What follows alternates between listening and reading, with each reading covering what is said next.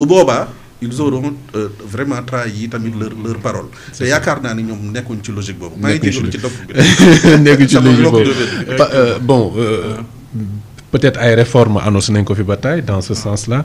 mais tey naka nga gisee ni ma ko waxee tout à l'heure dans la question muy question-réponse yi entre le gouvernement et les députés.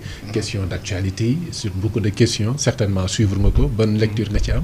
waaw peut-être 30 secondes pour wax ci li mu wax. moom en fait je pense que il faut être efficace. peut-être que nous man en tout cas sama problème ak régime bi. bon je dirais pas problème mais li ma ci xaw a jaaxal mooy parce que au moins kenn problème mais li ma ci xaw a jaaxal mooy mbir mi dafa yéex. dafa yéex maanaam l'impréparation avant de venir au pouvoir ça peut coûter cher aux Sénégalais. Quand on prend des promesses on vient au pouvoir on décide. parce que loolu en fait c'est que da ngay xam ne lii moo war a nekk. jarul ngay xaar ba toog pour war koo def war a ne ok il faudra que ma daal di xoolaat.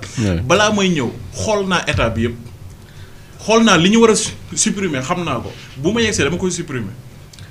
et c'est ça la force de la décision. non mais en fait c'est que l'écart. li ñu foogoon finance publique par exemple baal ma Diop la n'est-ce pas. fi ñu foogoon ne fa la finance publique yi toll. bi ñu ñëwee bi inspection des finances defee son rapport. ils se sont rendu compte que ni ñoom bi ñu foogoon ni fii niveau yàqute bi toll. ñoom ndekete dépassé na foofu bu yàgg. donc yow li ngay foog ak information yi ngay am. avant ngay ñëw ci aux affaires. ak lii am réellement mën na am écart. waaw tu prends le temps de faire l'état des lieux. pour prendre les décisions idoines. sinon rek taf yëngal ngay def te loolu amul sens. voilà léegi man dama jàpp ne. gars yi dañoo yéex. c'est la dernière fois ma lay dagg maa ngi jégalu. gars yi non si débat bi la bokk c'est un échange. y a pas de souci am nañu kii pour xaar. mais dama bëggoon xam gars yi dañoo yéex. maanaam man pour man loo war a def jarul xaar suba. damay supprimer agence yi su ma ñëwee toog xam naa ne agence bi xam naa li muy def dama koy supprimer to ña fa nekk xam naa seen ay compétences.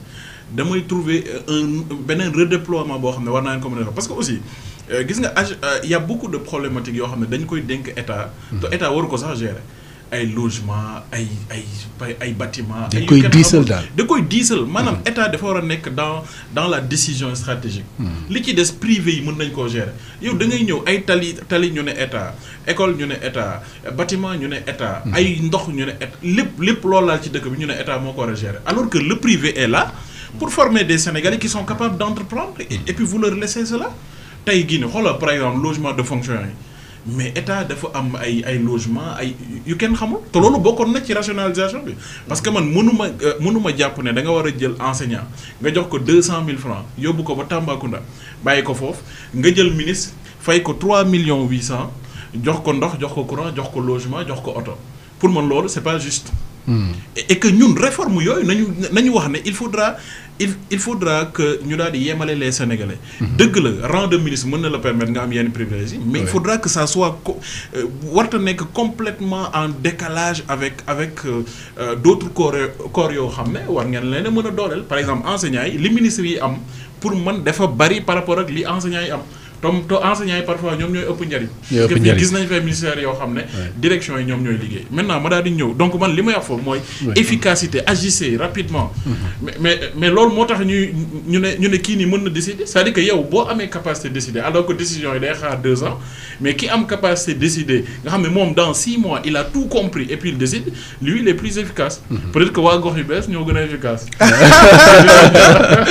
certainement mais parce que ñun xam nañ lan nañu war a supprimer réellement jàll ci leneen. léegi nag mu ñëw ci laaj bi mooy assemblée nationale déjà.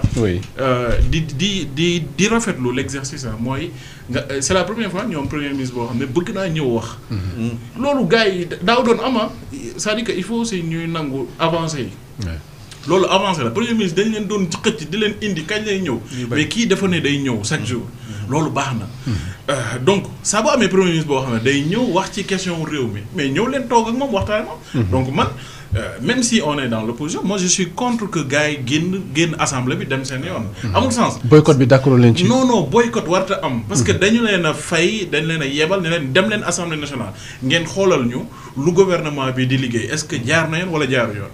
ki jiite gouvernement bi ñëw ne leen damay wax ak yéen ngeen daw dem seen yoon loolu amul sens ñoom nañu toog te loolu day indiwaat beneen question ci gars yi ni ñu gérer institution yi maanaam fii institution yi. gars yi dañ ciy nekk ak seen xol ak la ñuy jàppal nit ka Ousmane Sonko nga bëgg ko wala nga bañ ko c'est le premier ministre du Sénégal. Man quand je regarde Ousmane Sonko je suis pas un grand fan de Ousmane Sonko. Mais quand je le regarde je vois le premier ministre du Sénégal. Qui vient dans une institution qui s'appelle l'Assemblée nationale. Et l'Assemblée nationale a des lois organiques yoo xam ne dañoo ne war na ñëw député yi nañu ñëw toog laaj. ñoom opposition bi nañu ñëw toog waxtaan ak moom ci question wu réew mi parce que réew mi métti na difficile na am na laaj yoo xam ne askan bi ñu ngi koy laaj.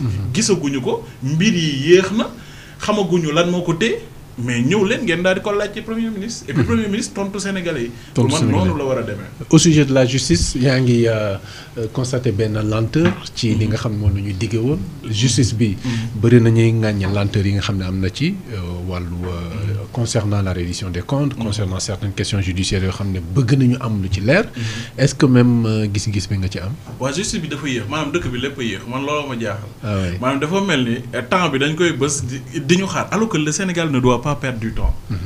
On est sorti tey boo jëlee on a perdu la première place de l'économie en tout cas des pays de l'Afrique de l'Ouest. On est loin derrière la Côte d'Ivoire qui actuellement mi ngi avoisiné benn budget wu 18 000 toujours derrière la Côte d'Ivoire. Oui mais quand même tey Côte d'Ivoire ak dëkk yu mel noonu dañu doon jël référence le Sénégal ñoom déjà am nañu stabilité seen signature baax na. ñu ngi investir mais ñun dañoo waroon a raw mais tey bu ñu demee ba tey boo jëlee port beeg yeneen yi. Mais Côte d'Ivoire raw nañu ay ati at te ñun loolu li ñu ko yóbbee mooy perte de temps nekk fii di xeex ci xuloo ak politique. boo xoolee 5 dernières années Macky Sall qu'est-ce qu'on a fait. On s'est battu. Depuis 2024 depuis 2021 wax boo 2024 jeex ñu toogaat di. ay xeex la quoi. Voilà maintenant. Oui. On a besoin de dirigeants efficaces qui agissent rapidement maanaam temps bi ñoom dañ koy accélérer. lu ñu war a def ñu def ko. mais sans tenir compte de la réalité économique. mais c'est que en fait c'est ça l'efficacité. Par exemple tey ñu daan ñu jox devoir mat. oui devoir mat bi problème bi ñun ñëpp ko xam ñu jox la ko. oui yow nga bëgg cee def 4 heures de temps. man ma mën koo def 1 heure de temps. Mais c'est parce que je comprends en profondeur la problématique c'est-à-dire que am na ñoo xam ne dans 2 ans nañu comprendre problème yi am na ñoo xam ne ils peuvent le comprendre en 6 mois mais gars yi ils vont le comprendre peut-être dans 3 ans xamaguma mais li ma bëgg na wax aussi to day jeexal question mooy concernant la justice il faut être clair xam nga justice comme yeneen secteurs yëpp gis nga loo digganteeg askan wi gis nga boo ko deful rek da ngay tàmbale am ay problème askan boo waxanteeg ñoom ne leen man damay génne sama loxo ci justice bi loolu la woon non ñoom nee nañ le président de la République ne doit pas siéger au conseil supérieur de la magistrature et que dañu dagg le cordon ombilical bi lié justice ak l'exécutif ñoom ñoo ko wax c'est inscrit dans le programme Diomaye président wax nañ ne par exemple concernant les libertés dañu teg benn juge des libertés nga xam ne procureur bi dootul amati droit yóbbu gars yi directement. c'est dans leur vision de dans la réforme pendant 1 an. mais foofu laa wax ne gars yi dañoo yéex. ñun en tout cas bu ñu suñu borom jàppale woon ñu daal di jël réew mi comme ñoom ni ñu ko defee. le 24 février bu ñu doon waxee février mars dañuy woote référendum tous les packages de réforme xam nañ ko ñu dugal ko. nga xam ne jeex na. mais yow génne woo sa loxo ci justice bi maanaam sur le plan des lois et des règlements nit ñi xam nañu ne exécutif mi ngi dugal loxoom ci justice à travers le ministère de la justice le procureur de la République le parquet ñoom ba tey ñu ngi dugal seen loxo te toog nañ fii premier ministre bi wax ñu ne moom moo yilif ministre de la justice. lu mu ko wax ce qui est vrai. lu mu ko wax da ko war a def. moo ko yilif ce qui est vrai dafa war a jàpp moo ko wax wala moom moo ko wax léegi nag loolu noonu tey. c'est grave même qu'un premier ministre puisse le dire. parce que loolu mooy amatul institution amatul dara mooy je gouverne tout j'ai l'Assemblée nationale je contrôle la justice les juges machin le ministère de la justice instruction bu ma ko jox mu def. loolu tant que mi ngi am gis nga bu ñu fi waxu justice lépp a yéex parce que kenn xamul fan nañ jëm. juge yi. Tellement que ñii dañoo dugg seen biir. dañoo seetlu ne mais ñun lan nañu war a def peut-être pour neex waa ji parce que waa ji moom moo contrôler affaire yi.